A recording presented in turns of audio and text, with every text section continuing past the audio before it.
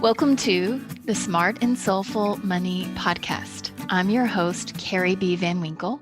I'm a socially responsive investment advisor with Natural Investments, and a warm welcome to you. Today, my guest is Stacy Parson. She's an executive coach and leadership development practitioner, and I'm so excited to talk with her today. Stacy is the principal of Noetry Consulting and a partner at the Dignitas agency, where she asks the question, what's possible? Then crafts experiences to invite that.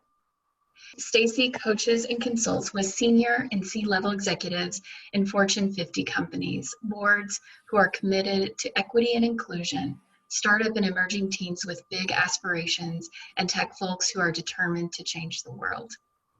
Stacy is known for navigating provocative discussions, facilitating insight, inspiring others to action, and strengthening organizational capacity for delivering results.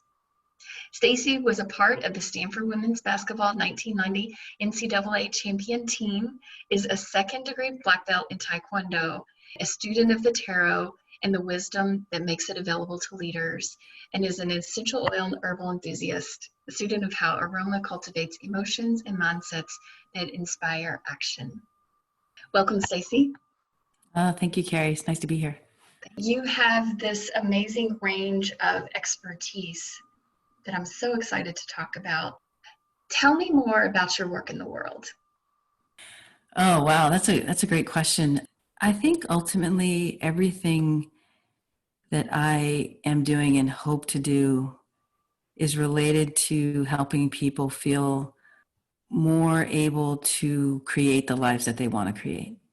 And sometimes that's personally, sometimes it's in relationship to others, and sometimes it's through the expression of their work. So I think that's probably the through line around everything that I do. And in doing that, whenever you are living inside a possibility, you know, what can be, fear is a close neighbor in that journey. And so a lot of what I do with individuals and with teams and with organizations is help them really understand how to engage with it so that it doesn't stop you from stepping into whatever that possibility is. Never more relevant than right now, I would guess. Yeah. Lots of spaciousness in lots of ways, lots of constriction at the same time, lots of challenge, sadness, possibility, all of it right now in this moment. So we're having this conversation in the first week of April 2020, and just feels like we're still in the first phases of the unfolding of how COVID-19 will affect us as a country. But you're in the Bay Area, so that unfolding has happened more so where you are living. But you work with people all over the country? I do, and that profile changes from year to year depending on which clients I'm working with. Right now, most of my work is centered in the Bay Area and along the West Coast. That's currently what's happening. So interestingly, my clients and I are in the same set of circumstances around working from home, a lot of the same expectations around how we should be interacting with each other to safeguard health and those types of things. So some of those companies have multinational locations or locations across the country. So they're having to navigate a little bit more complexity around what the guidelines are and what expectation they want to set. But for me personally, the guidance in the Bay Area is the guidance that most of my clients are working from. So one of the areas that you have focused on with clients is navigating volatile, uncertain, chaotic circumstances. Yeah. And that we are better prepared than we realize. Yeah. Tell me about that.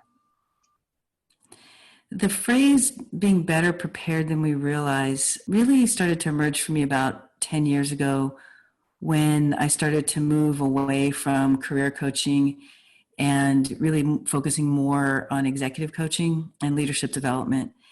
And in working with organizations and individuals around those particular aspects, leadership, what you realize is that leaders are always in the unknown. That literally is how you know you're in the territory of leadership, is when you have to craft a vision, move forward into places that haven't been, navigated before, and to build followership around that. And one of the things that I was reflecting on with my clients, as well as, my own personal journey, is that on the front end of something, we're always a little bit freaked out about it. And on the back end, there's often this kind of realization or this recognition, like, oh, that wasn't as bad as I thought it was going to be. Or, oh, wow, I was worried about these 15 things and maybe I only had to worry about 2. Or I didn't trust myself to learn as fast as I needed to, and I did. And so, things of that tone. I'm smiling because I remember a conversation with my mom about, at this point, maybe 5 years ago, and I was fretting about something related to work. And she looks at me and she says, "You always do this." And I'm like, "What? What is this I always do?" And she said, "You always really, really, really worry about things on the front end, and they always turn out fine." And I was like, "What do you mean?" And she kind of ran down the list of things from, going way back. And I was like, "Oh, you're right. This is just part of my process. This is just what I do as I navigate, is that I worry." And so since then, it helps me kind of demarcate where I am, locate myself, which is, okay, you're feeling this way. And this is just means you're at the beginning or the front end of something that you care about doing well. And so part of what I try to do is support my clients in understanding that same thing, which is that feeling is going to be there whenever we're at our edge, whenever we want to expand, whenever we want to move into something or someplace that we haven't been before. And we're also at a place in our journey where we're more resourced and better qualified than we've ever been in our history. And to remember that as well. So it's to bring that knowledge and that track record and that knowing and that power into whatever it is we're looking ahead towards. Do you think of yourself as an activist? That's an interesting question. It's one that I actually pose to my leaders as well. And I want to say a few things to contextualize it. That word has some very clear connotations and kind of also some emotions attached to it. And I think depending on your worldview, it can be viewed as pejorative or it can be viewed as literally life-saving. And as I think about this word, particularly in the spaces that I often travel in, which are corporate spaces, it is definitely viewed as pejorative. And part of what I want to do in my work is broaden people's awareness and understanding of what the role of activism is in the bigger scheme of things. And so one of the things that I've done is intentionally start to use that word in corporate spaces and start to really think about how it can be reimagined. Not that I'm trying to change other definitions, but I'm trying to create a possible definition, particularly inside of corporate spaces. So when I think about activism, I think about folks who are trying to draw attention, resources, and energy towards something that is significant in order to transform a condition or a state or an outcome. And a lot of times that word gets shut down because it's activists are disruptive and they're changing the nature of the way things are. And there are some people that are very invested with the way that things are. And so part of the way I think about activism is, I think an activist is anyone who's taking action in the direction of something that matters to them. And that doesn't mean that I'm trying to water down some of the larger institutional and systemic issues that activism addresses. What I'm saying is, in order to ignite a broader consciousness and a greater willingness for people to look outside of themselves and to challenge how things are in order to create a better outcome, you have to be willing to disrupt.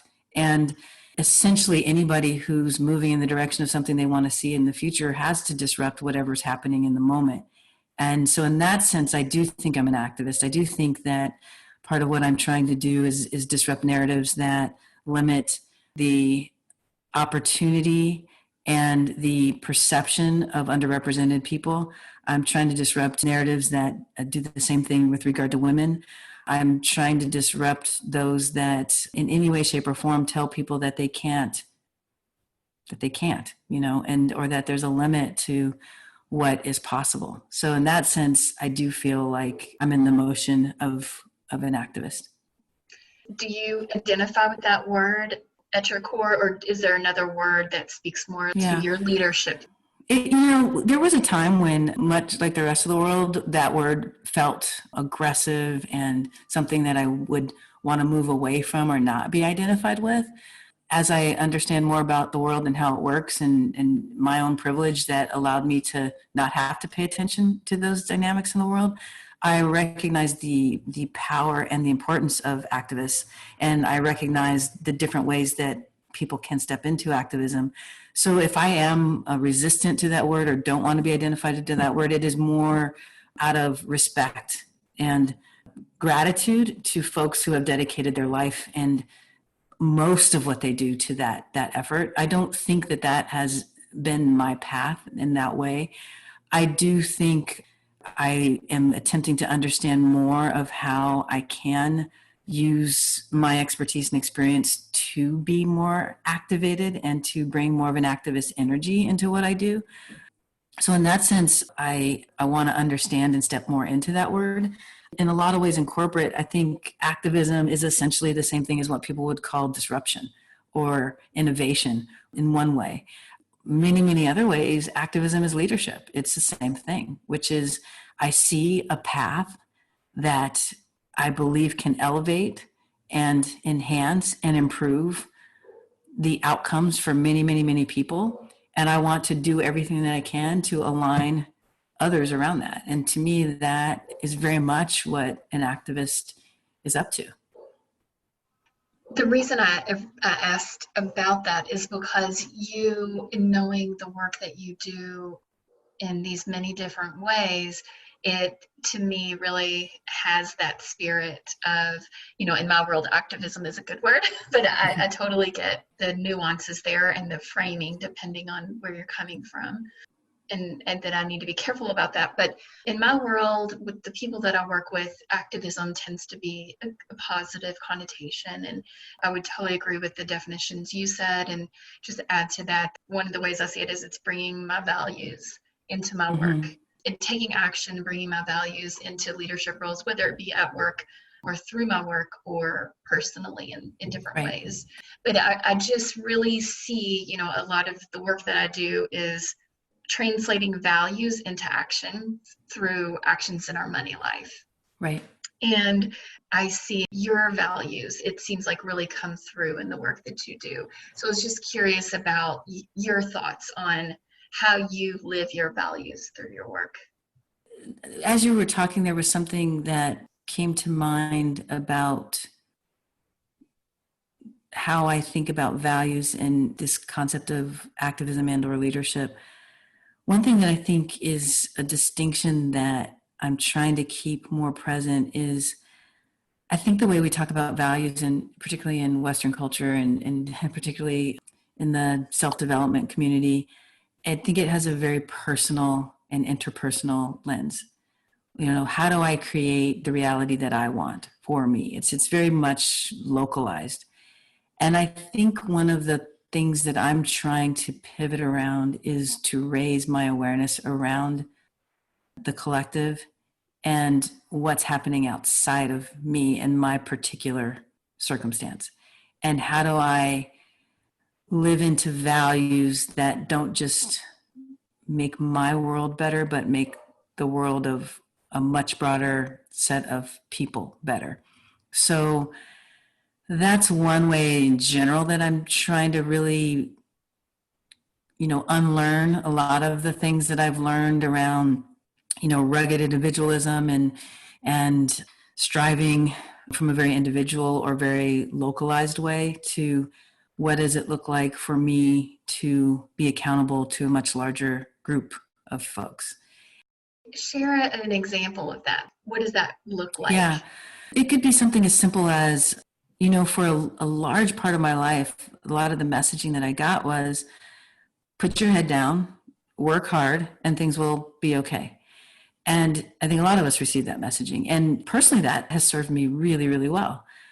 And what it didn't do for me is have me recognize that my reality is not shared.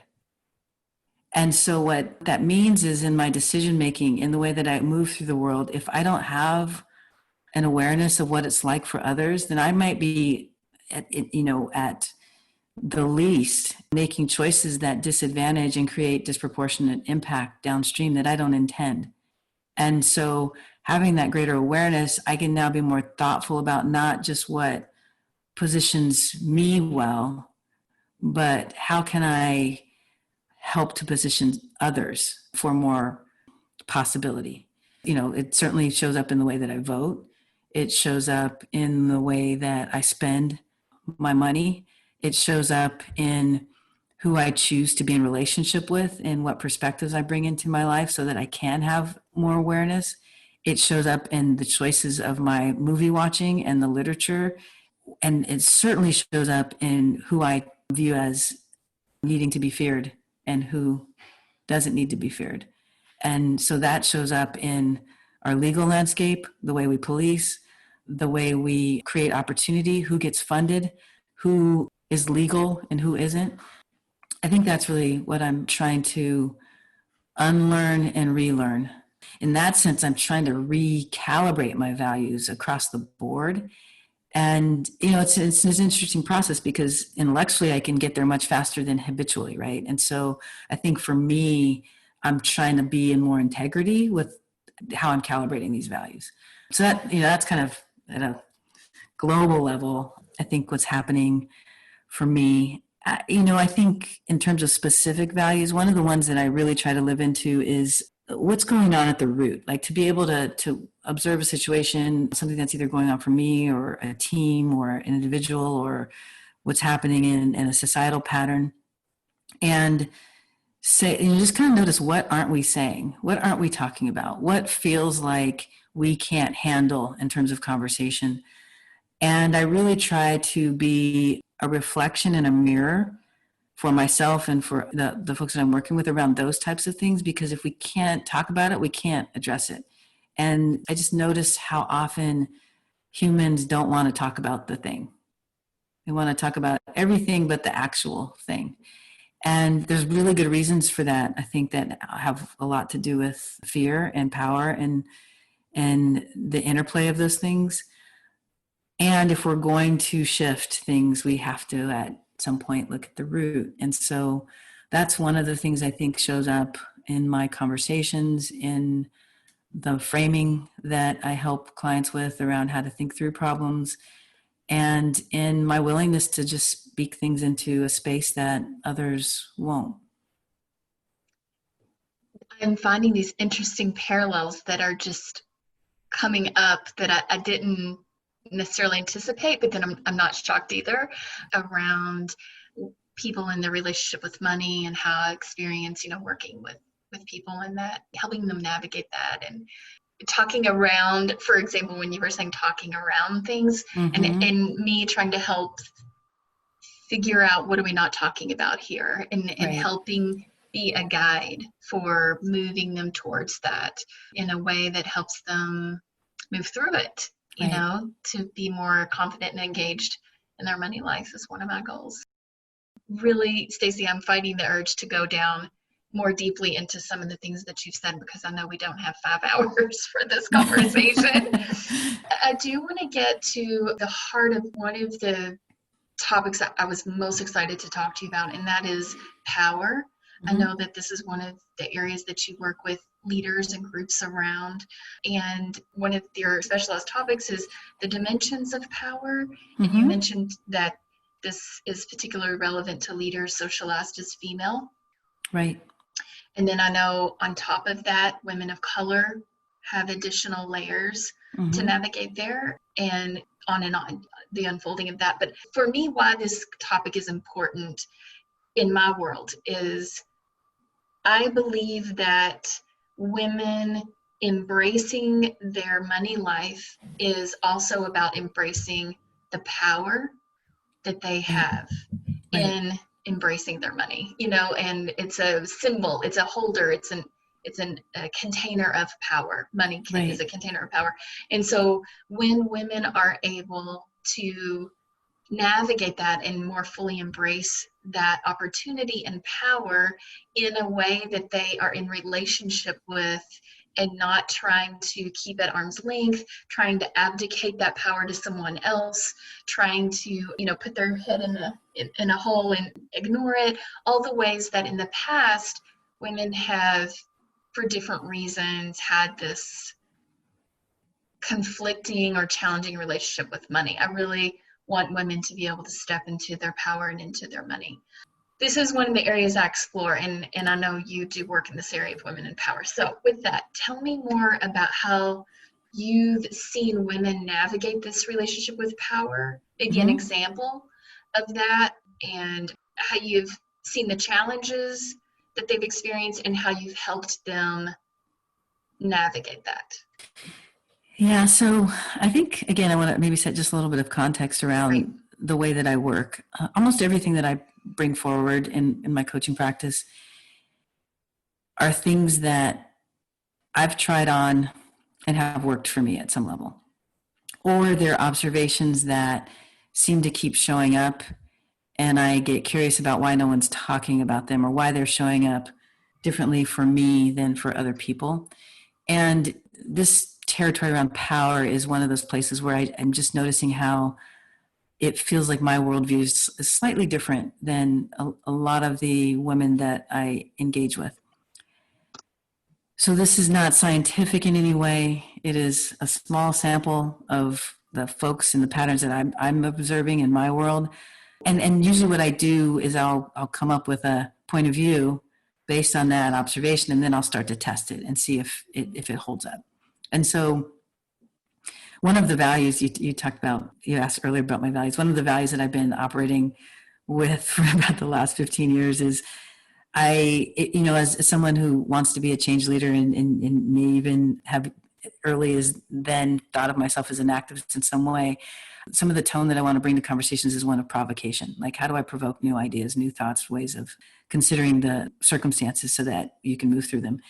And that can be a scary place to operate in. And so one of the ways that I was managing my own fear around it is to challenge myself, to give myself a limit, which was, I know I've gone too far if I get kicked out of a room.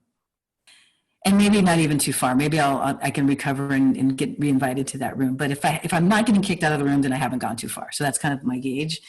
And on this particular topic and this particular dimension, I was sure this was going to be the one where I got kicked out of a room. And what I was looking at was, it started with a colleague of mine who had shown a diagram on the board, a chart that had female characteristics on the left and masculine characteristics on the right. And she was really kind of relating it to how we've evolved as humans and why on the masculine side, relationship wasn't nearly as important as competency. And she kind of related it to the fact that when you're hunting saber-tooth, it doesn't really matter if I like you. What matters is if you have accuracy so that, one, we don't die, and two, we go home with something to eat so that we can live another day. And so just the pragmatism of that. And on the other side, when you're in a pre-language society, and if women are primarily responsible for caregiving and raising young ones, then you have to sense into understanding and needs in a pre-verbal way. So intuition was a competency that got developed. So it was kind of in that range of conversation. And I remember being really conflicted. Like, I'm looking at this chart and thinking, well, wait a minute, I kind of do this thing on the left, but I also do this thing on the right. And so I can't really choose which side I'm supposed to be on. And by the way, why do I have to choose? Like, why wouldn't I want to be able to do all of these things depending on what the circumstances required? And so that had me start to think about this idea of full spectrum leadership, which is, why wouldn't I have a set of competencies that I had available to me across the spectrum that I could apply as the circumstance warranted? And so that was the first seed that got planted. And then I started thinking about the narratives that women are impacted by, and mostly because I would notice very powerful women, and I would be able to observe this power show up very differently in certain circumstances where they would kind of let go or forget that they had this power or that they were already empowered. And I got curious about that. And what I recognized was this sense that it felt like women had to choose, or felt like they had to choose between being women or being leaders. There was nothing in our narrative that said you could be both. And what I was pulling from are the stories that we've heard even before we were born around the pairs of mother and father, of wife and husband, of sister and brother, or son or daughter, the prince and the princess, the king and the queen. And all of these pairs, the woman is characterized as subservient to, dependent upon, or in need of rescue, or to need to be protected by. So there's no agency that's really conferred to the woman directly. Indirectly, certainly. And so it's hard not to develop patterns that map to those narratives. And so what I was noticing was a lot of these very powerful women, when they get in the presence of men, would start to fall into this pattern of subservience, letting go of the power, or mostly operating in indirect ways as opposed to direct. Or if they were operating in a direct way, it was a little bit more like using a 50-pound weight when a 5-pound weight would do. Like it was as a reaction to those other strategies not working, as opposed to starting and embodying that strategy. And also this idea, there's been some anecdotal research that when people are asked to envision a leader and to draw a leader, no one draws a woman. Even women don't draw women. So there's this way that we really have not imagined fully women as leaders. And it made sense to me that, of course, our behavior would reflect this. And so I started getting curious about this choice. And I think most of this is unconscious. I don't think any of my women leaders would say that this was a conscious thing for them. Started to look at that. Why is it that they might feel like they have to make this choice? Or what are the circumstances or triggers that this choice gets activated? Or, where are the places where power leaks? And that's where these three distinctions came up for me. One was when we're not aware of when we've traded off being needed for being valued. So this idea of doing some of the corporate housework, or doing work that's not aligned with the core revenue stream, or not lining up with what has already been determined to be valuable, as opposed to trying to convince somebody of something that is valuable. The second dimension is this idea of waiting on permission versus recognizing where you've already been empowered. So the places where women would show up in a boardroom setting and kind of wait for permission to be invited to a conversation, or just hold back in ways that they might not in other circumstances, not recognizing that the room is waiting for them to step into this and to lead from that place. And then the third dimension is control versus leverage, where we hang on to things because it is sometimes the place where we feel like we can be powerful, instead of recognizing that as we get work done through others and through process and through systematizing things, we actually can be more impactful. So that actually requires the release of control. And so there's many, many dynamics that we talk about related to each of these distinctions, but those are the three. And as I've started to share this with women, fully anticipating to get kicked out of the room, what I'm noticing is that people are saying, wow, I'm not, at first it's like, okay, there's something to this, even though I can't see it in my life. And then as we talk more about it, they can start to see the pattern emerging in their own lives. And in that sense, the pathway to being more empowered gets opened up because they recognize they can make different choices along these three dimensions.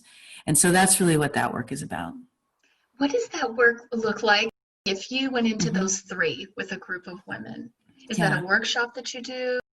What's a setting that you would put that? It takes place in, actually a lot of my work takes place in these same settings.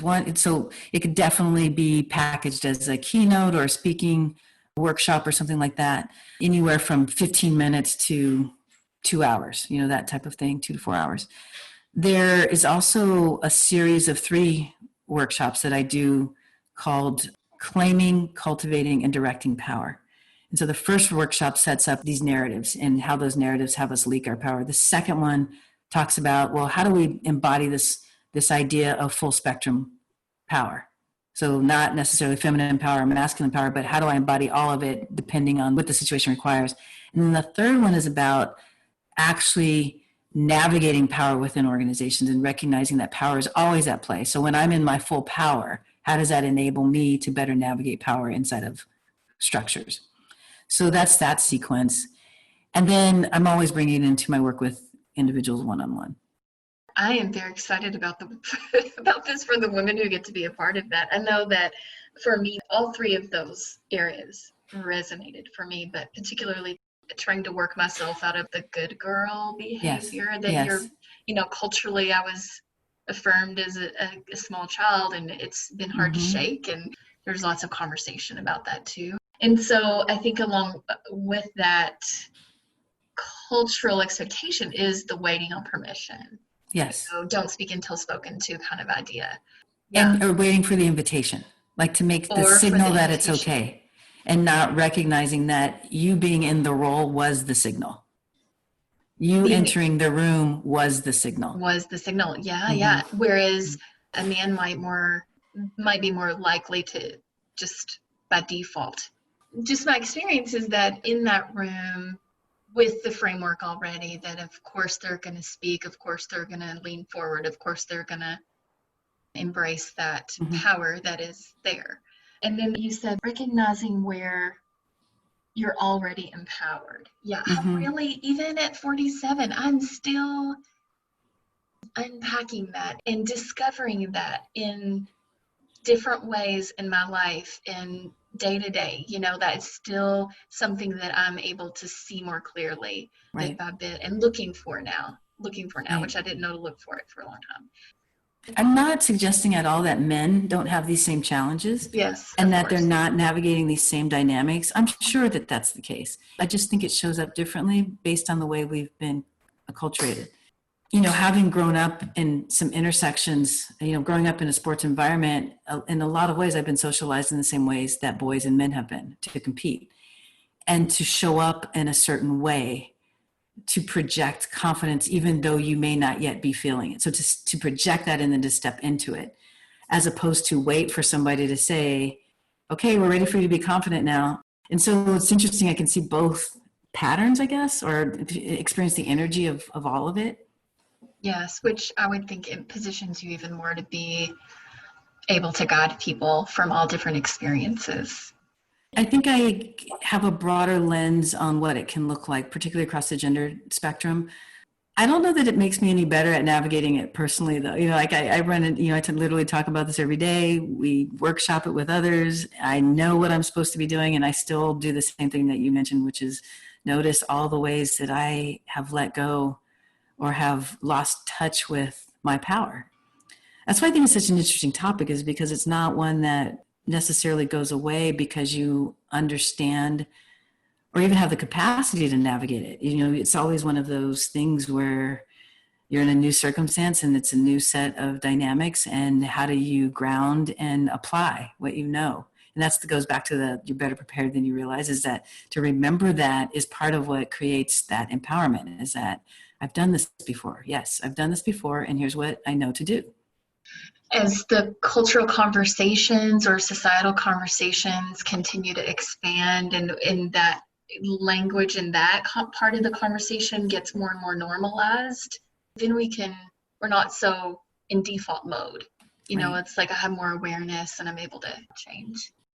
I find right now, even more than usual, I am curious for myself and for the collective, as you said, where we are going as we're in the midst of this pandemic, as we're in the midst of this crisis. Where are we going from here? And sometimes we go into better things, and sometimes it gets worse. And so my hope is that there are enough of us that know where we want to go to make things better in the ways that we would say better, and then are intentional about moving towards that. And I'm so curious with you, Stacy, what's the future that you're moving toward? Rooted in your personal, what you care about, but also connected to the work that you do. Yeah, I think personally, one of the things it relates back to the values piece and unlearning and relearning some things with regard to my values and and staying in integrity around those. I think one of the things that's really interesting is, where have I been over-reliant on systems that aren't local? And how do I want to make different choices in the future to create more of that sustainability in closer proximity? So how do I get better connected to a local ecosystem than I am? How do I not be as reliant on the economy doing well for the people in my, smaller collective to be doing well? How do we look at the opportunities to shift some of the structural disparities in our national economy? And how, as an individual, are my choices either supporting what is or shifting what I want to have happen? And I guess what I mean by that is, even in conversation with some of the leaders that are making choices about who's essential and who's not, just helping to raise their awareness about, okay, what does it mean that the essential workers are most at risk right now? And what does it mean that the essential workers are also the least paid and valued in an economic sense? And what does it mean going forward? Like, what are the choices as a leader in a position right now that you want to make? How do you think about the trade-off between health and the trade-off between profit? Every choice that leaders are making right now can either increase these disparities or bridge them. That's a systemic thing that some of the folks that I'm working with have opportunity to impact. But what that means is that every day in these conversations, I have to make a choice around whether I'm going to be an activist in that moment or am I going to be compliant with what is in that moment. So for me personally, I'm trying to continue to keep that focus and recognize where I can actually continue to bring opportunities for broader conversations, broader perspective, shifts in the way that my leaders are choosing, which means I have to be willing to stand in that space and to say something that presents that as a possibility for them. What's a quick example of how you have thought you want to make a change, or you have already made a change very personally around that idea? Part of it is, in order to continue to show up in those types of conversations and to make the trade-offs around relationship and shift, I very personally have to think about, am I at risk? Is this really a risky conversation for me, or does it just feel risky? And one of the things I'm noticing is that often I'm not at risk at all. It just feels risky. And that's very personally something that I'm aware of right now. And if I am not at risk, those are the absolute places where I can be an ally and where I can step more into a space to challenge. And so just to pause and kind of consider that fully, I think is one of the places that I'm trying to even be more active and aware. What about you personally with your money choices? Yeah. Has that already affected how you've made some money choices? Yes. So for instance, choices to continue to pay folks that would have been providing service that are not providing that service right now. Gardeners, folks that are providing haircuts and hair services, the folks that help with the cleaning of our house. My music teacher, my son and I take bass lessons on Monday nights. So continuing to have that lesson remotely, just finding ways to recognize how I'm a part of an ecosystem for those folks, and trying to, to the extent that I have continuity in my work, to try to extend that continuity for them. I think where we're choosing to buy groceries, where we're spending less that we might otherwise on Amazon. Also, where are we saving in anticipation of not knowing, like just, not knowing. So being a little bit more thoughtful about spend, even as we're trying to, provide that continuity for the folks in our ecosystem, that type of thing. Stacy, thank you so much for sharing what you've shared. There's so much depth. I feel like we could go into so much more, but I just hope this is a launch pad, thought-provoking and inspiring for people. Where can people learn more about you and get connected with your work? Probably the best place is www.knowittree.com and or my LinkedIn profile. anything that we're doing related to equity and inclusion, thedignitasagency.com. Thank you, Stacy. You're welcome.